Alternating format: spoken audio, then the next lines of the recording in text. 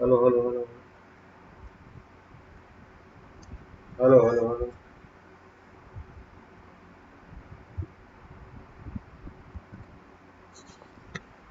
Hello बच्चों,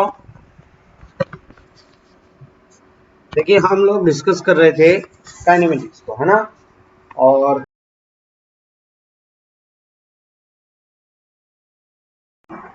साथ में हमने उसके की फैक्टर्स के बारे में बात की थी कि उसके की फैक्टर्स कौन कौन से होते हैं। तो मैं एक बार उनको आपको फिर से रिमाइंड करवा रहा हूँ कि की फैक्टर असल में होते क्या हैं। वे सारे परिभाषाएं जिनको जिनकी आवश्यकता अपने को गति को समझने के लिए होती है, उनको अपन कहते हैं काइनेमेटिक्स के की फैक्टर्स। ठीक है। और की फैक्टर्स में हमने बात की थी एक तो डिस्टेंस यानी दूरी की, है ना। और इसी के साथ हमने दूसरा की फैक्टर जो है वो पढ़ा था, वो था अपने पास डिस्प्लेसमेंट यानी विस्थापन। इनको हमने कल डिस्कस किया था, इनके क्वेश्चन भी कल की क्लास में हमने डिस्कस किए हैं। तीसरा है अपने पास यहाँ पर स्पीड।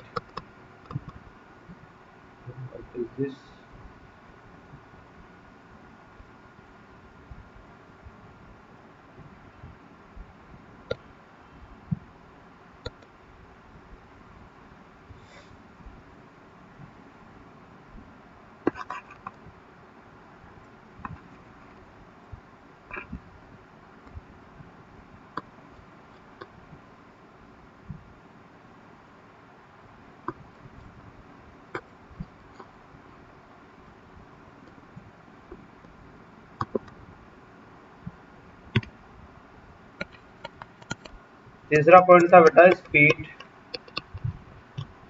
यानी चाल, जिसमें अपने को दो चीजें पढ़नी है, ताक्षणिक चाल और औसत चाल।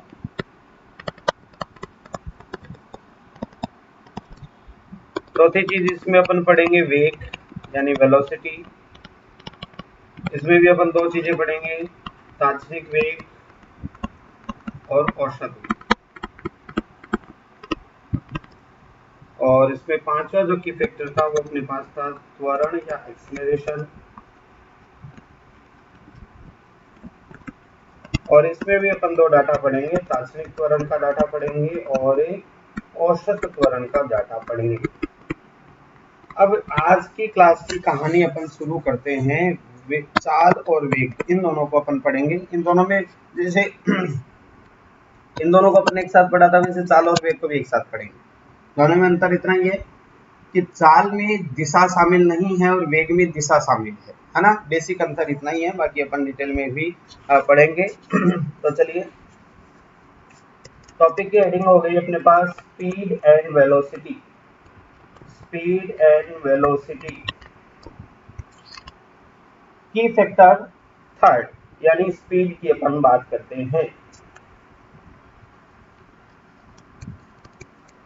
दो पढ़ चुके हैं बेटा, इसलिए मैं इसको की फैक्टर थर्ड नाम दे रहा हूं। और ये हो गया अपना पास स्पीड यानी चाल। ठीक है, पहले तो इसकी डेफिनेशन की बात करते हैं और फिर बढ़ेंगे आगे। डेफिनेशन क्या होती है, अब इसको ध्यान, वेलोसिटी वगैरह के टर्म्स भूल जाना कि वेलोसिटी वगैरह के टर्म्स अपन ने कुछ जो है वो पढ़े हैं यहाँ पर या उसकी कोई बातें की है। फिलहाल आप सिर्फ और सिर्फ चाल पर ध्यान देंगे, वेलोसिटी जब आएगी तब उसकी भी बात करेंगे। तो बच्चों कहानी यह है कि किसी गतिशील वस्तु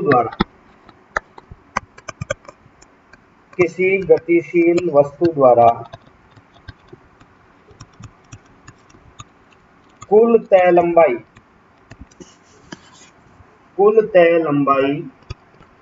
यानी दूरी, कुल तय लंबाई यानी दूरी, लंबाई तथा इसको तय करने में लगे समय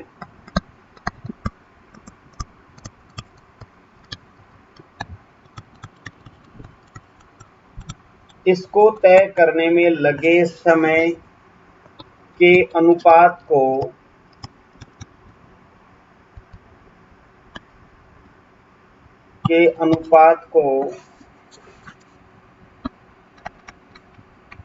चाल कहते हैं। अरे बच्चों, क्या कह रहा है ये कि कोई वस्तु है जो गतिशील है, गति कर रही है, ठीक है भैया, गति कर रही है, वो कुल कितनी दूरी तय करती है और उसको इसको तय करने में कितना समय लगता है। इन दोनों राशियों के अनुपात को कहा जाता है चाल। ठीक है, तो इनको कहा जाता है, इसको अनुपात को कहा जाता है चाल।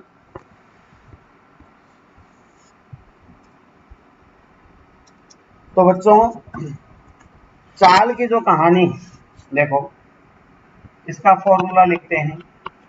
चाल को मैं v से रिप्रेजेंट करूंगा। हो सकता है कुछ आपकी किताबों में या टेक्स्ट बुक में या कहीं आप किसी चीज को रेफर करते हैं तो वहां इसको s लिखा हुआ हो स्पीड के लिए, लेकिन मैं v लिखूंगा। आगे मैं वेलोसिटी को भी v लिखूंगा, लेकिन वेलोसिटी वाले v के ऊपर मैं वेक्टर लगाऊंगा और इस पर मैं वेक्टर लगाऊंगा नहीं। चलिए देखते हैं।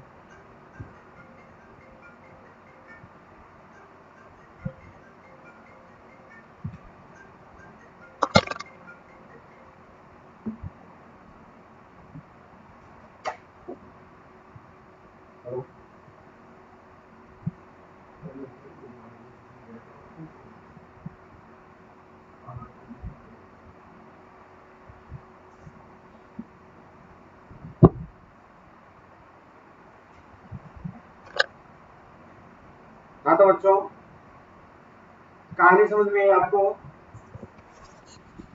किसी गतिशील वस्तु द्वारा कुल तय लंबाई, तो यहां अपन लिख लेते हैं कुल तय दूरी या कुल तय लंबाई, है ना। तय की गई कुल दूरी बट्टा लगा समय, ये हमारे पास चाल का बेसिक सूत्र हो गया। ठीक है बच्चों, चाल का बेसिक सूत्र हो गया दूरी बट्टा समय। ठीक है, इसको आप वैसे भी डायरेक्ट भी लिख सकते हैं, दूरी बट्टा समय, कोई दिक्कत नहीं इसमें, ये दूरी बट्टा समय। अब चलिए एक एग्जाम्पल लेते हैं और समझते हैं कि इसके जो दो प्रकार हैं, कौन सा, तात्क्षणिक और औसत, उनकी कहानी क्या है, उनको समझते हैं। तो मान लीजिए कि कोई व्यक्ति है,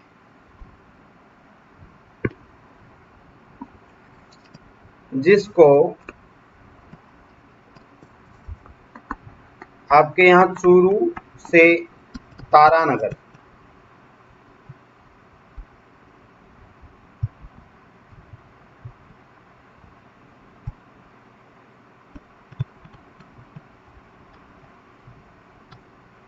की डिस्टेंस ट्रेवल करनी है। फिलहाल 9 बजे का समय है, फिलहाल 9 बज रहे हैं और वो व्यक्ति यहाँ खड़ा है चूरू में, और उसको तारानगर तक की डिस्टेंस ट्रेवल करनी है। मान लीजिए कि चूरू से तारानगर के बीच की डिस्टेंस है वो है 60 किलोमीटर। ठीक है, ये आदमी यहाँ से चला अपने किसी साधन से, बाइक वगैरह से, और ये तारानगर जब पहुंचता है तब मान लीजिए समय हो जाता है 10 बजे।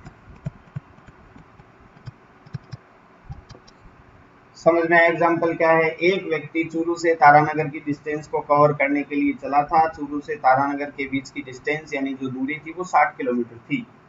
जिस समय आदमी ने अपनी गति शुरू की उस समय उसकी घड़ी में 9 बज रहे थे और जब वो तारानगर पहुंचा तो उस समय 10 बजे थे। तो मैंने आपसे कहा कि बताओ इस आदमी ने कुल कितनी दूरी तय की, तो आप कहेंगे कि कुल दूरी जो इसने तय की वो है 60 किलोमीटर। कुल तय दूरी कितनी है? वो है 60 किलोमीटर। और लगा समय कितना है?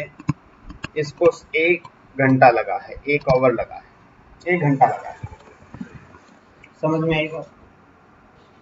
मैंने आपसे कहा कि इसकी चाल बताओ, तो आपने कहा कि चाल का सूत्र होता है कुल दूरी बटा कुल समय। तो आपने कहा कि देखो कुल दूरी 60 किलोमीटर तय की है इस आदमी ने और इसको 1 घंटे का समय लगा है।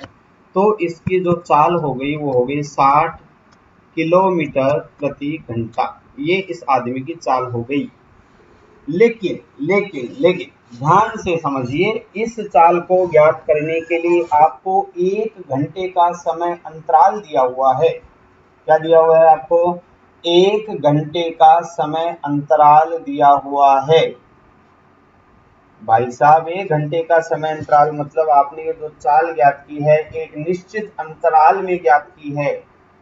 अब हो सकता है, ध्यान से सुनो, जब वो चूरू से चला था और बीच रास्ते में कभी उसके बाइक की स्पीड हो सकता है 60 किलोमीटर रही हो, कभी स्लो करके 40 किलोमीटर रही हो, कभी हो सकता है 80 किलोमीटर प्रति घंटा रही हो, है ना।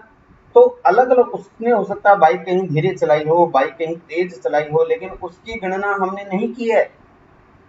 हमने इतना देखा 9 बजे चला था, 10 बजे पहुंच गया, 60 किलोमीटर की दूरी तय कर ली। तो भाई साहब, 1 घंटे के अंतराल में इस आदमी ने 60 किलोमीटर की दूरी तय की है। तो इस आदमी की जो चाल हो गई वो 60 किलोमीटर प्रति घंटा हो गई। लेकिन ये एक निश्चित अंतराल में ज्ञात की गई चाल है, और निश्चित अंतराल में ज्ञात की गई चाल को कहा जाता है औसत चाल। क्या कहा जाता है? औसत चाल कहा जाता है। अब दूसरे, इतनी बात समझ में। अब मान लो मैं आपसे ये कह दूं कि भैया बताओ कि ठीक 9:15 पर उसकी चाल कितनी थी। 9 बजे चूरू से चला था, 9:15 किलोमीटर में चूरू और तारानगर के बीच में कहीं किसी स्थान पर वो अपनी बाइक चला रहा है। उस समय उसकी चाल कितनी होगी? तो ये देखो, मैंने आपको एक निश्चित क्षण, फिक्स टाइम पर चाल पूछ ली। इसे कहा जाता है तात्क्षणिक चाल।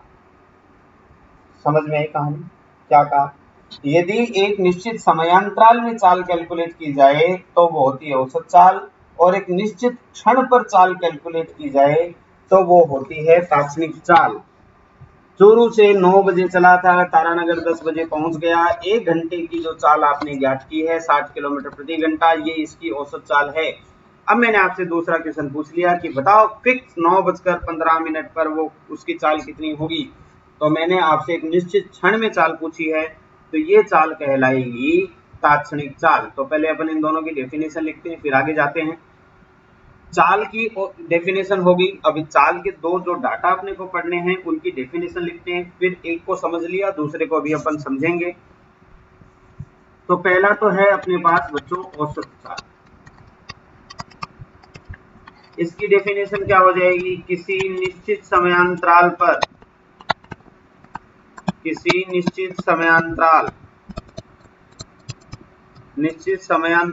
में वस्तु की चाल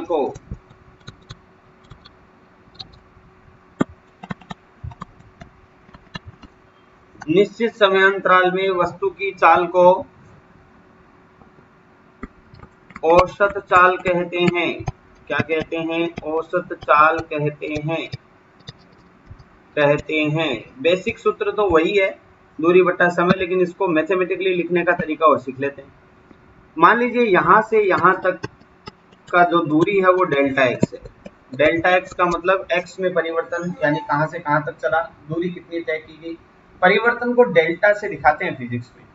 तो डेल्टा एक्स का मतलब हो गया उसके पोजीशन में परिवर्तन, यानी उसकी स्थिति में परिवर्तन, यानी उसकी तय की गई दूरी।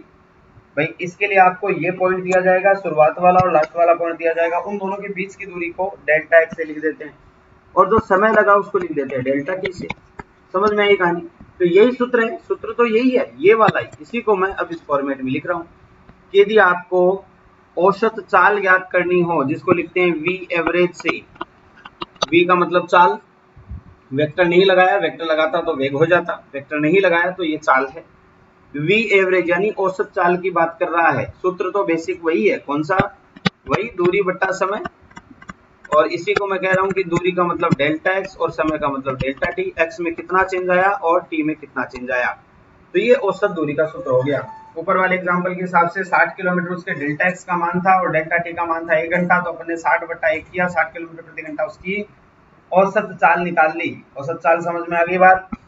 अब चलिए अपन बात करते हैं तात्क्षणिक चाल की। तात्क्षणिक,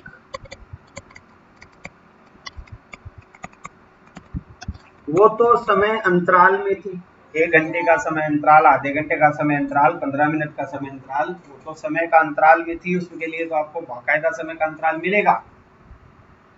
लेकिन यदि आपको तात्क्षणिक चाल कहा जाए तो समय का अंतराल नहीं मिलेगा। निश्चित क्षण पर जो चाल ज्ञात करवाई जाती है वो कहलाती है तात्क्षणिक चाल। किसी गतिशील वस्तु की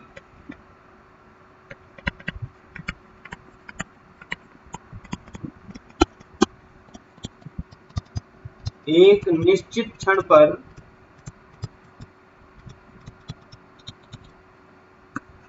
चाल के मान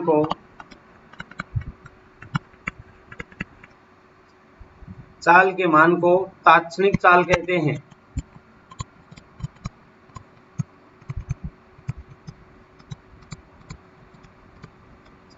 इसको लिखते हैं वी इंस्टेंटेनियस से, INT। इंस्टेंटेनियस का मतलब होता है बच्चों तात्क्षणिक, इंग्लिश में कहते हैं तात्क्षणिक को इंस्टेंटेनियस, और इसलिए इसको दिखाने के लिए INT लगा देते हैं कि ये तात्क्षणिक चाल है ना, एवरेज को दिखाने के लिए। लेकिन इसका फॉर्मूला निकालने के लिए अपने को चीजें समझनी पड़ेंगी, तो चलो चीजें समझते हैं।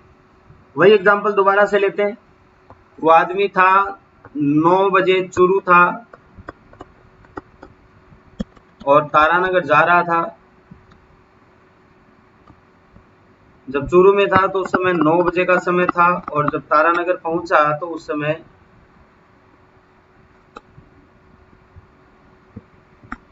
तो उस समय 10 बजे का समय हो गया। औसत चाल तो निकाल चुके हैं। आदमी यहाँ खड़ा था और यहाँ से इसको यहाँ जाना है, ठीक है। चलिए, बीच की दूरी कितनी थी भैया? 60 किलोमीटर। अपने को इससे फिलहाल कोई लेना देना है नहीं। ध्यान से सुनते जाना, बड़ा इंपॉर्टेंट कॉन्सेप्ट है, बहुत शानदार। मैंने आपसे पूछा कि ठीक 9:15 पर इसकी चाल बताओ, तो आप गए कि भाई चाल ज्ञात करने का तो बेसिक सूत्र तो एक ही है, दूरी बटा समय। क्या है बेसिक सूत्र चाल ज्ञात करने का? दूरी बटा समय। और दूरी ज्ञात करने के लिए आपको कम से कम 2 बिंदु चाहिए। कितने चाहिए? कम से कम 2 बिंदु चाहिए।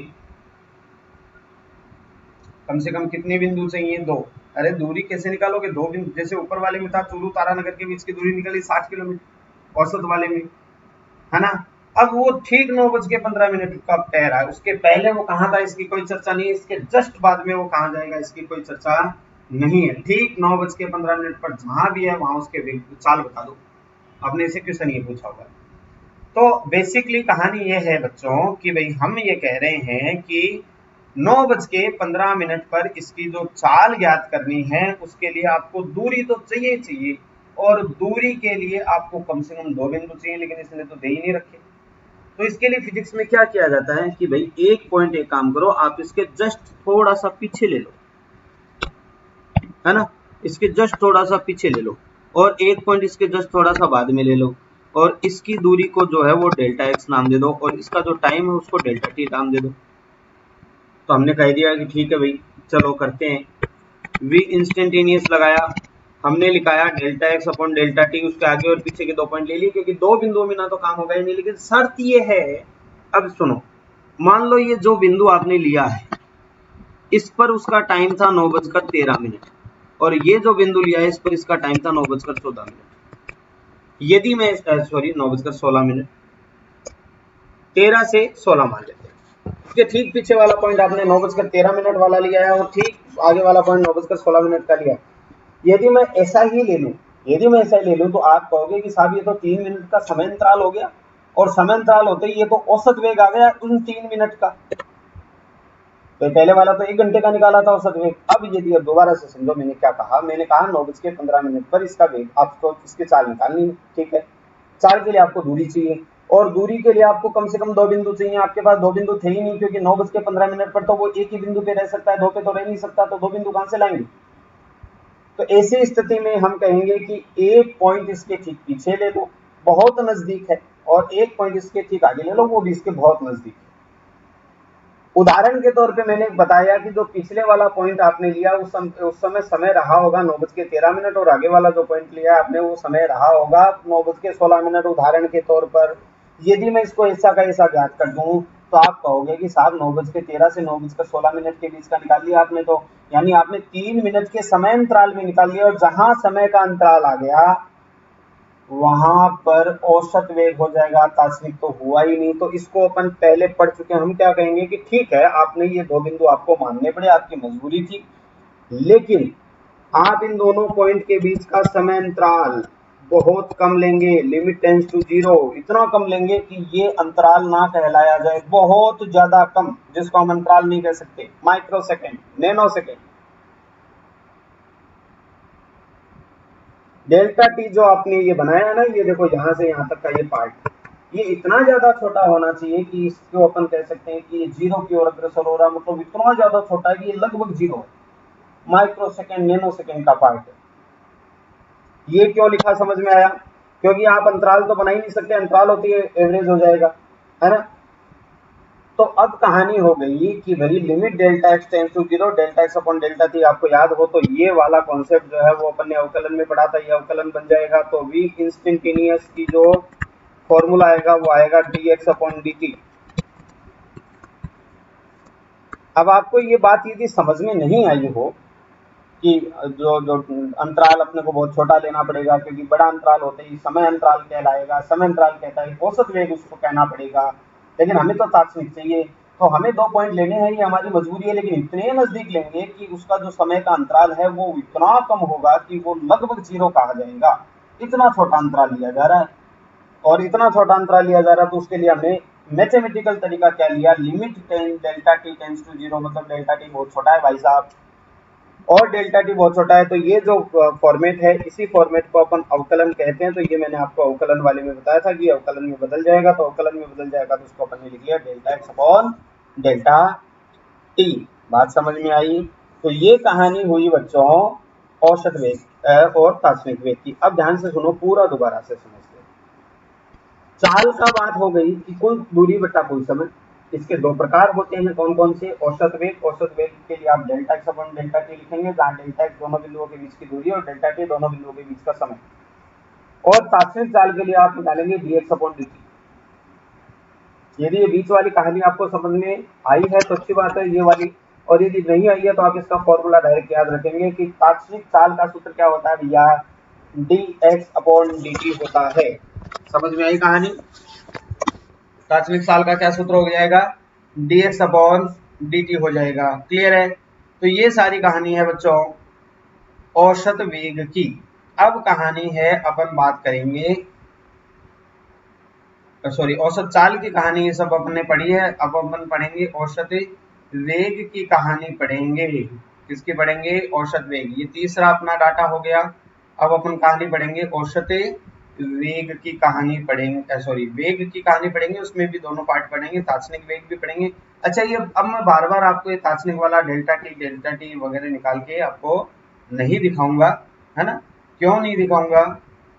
क्योंकि ये एक ही कहानी है, इसी तरह से सॉल्व होगी। तात्क्षणिक के लिए फिक्स एक निश्चित समय दिया जाएगा, वो आपसे निकलेगा नहीं, क्योंकि आपको 2 बिंदु चाहिए, 2 बिंदु आसपास मानने पड़ेंगे, उनको इतना छोटा मानो कि वो 0 ही हो लगभग, उसको मैथमेटिकली रूप में लिखते हैं limit delta T tends to 0, और ऐसा यदि लिखा जाएगा तो वो अवकलन में बदल जाएगा। तो औसत वेग का सूत्र हो गया delta X upon delta T, और तात्क्षणिक वेग का सूत्र हो गया dx अपॉन dt।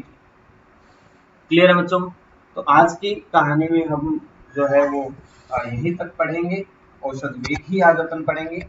कल हम औसत चाल हम आज पढ़ लिए, औसत वेग को हम कल पढ़ेंगे, फिर इन दोनों का कंपैरिजन पढ़ेंगे, और फिर इनके क्वेश्चन भी कल की क्लास में हम करेंगे। चलिए फिलहाल आज के लिए हम इतना ही पढ़ेंगे बच्चों, मिलते हैं कल की क्लास में।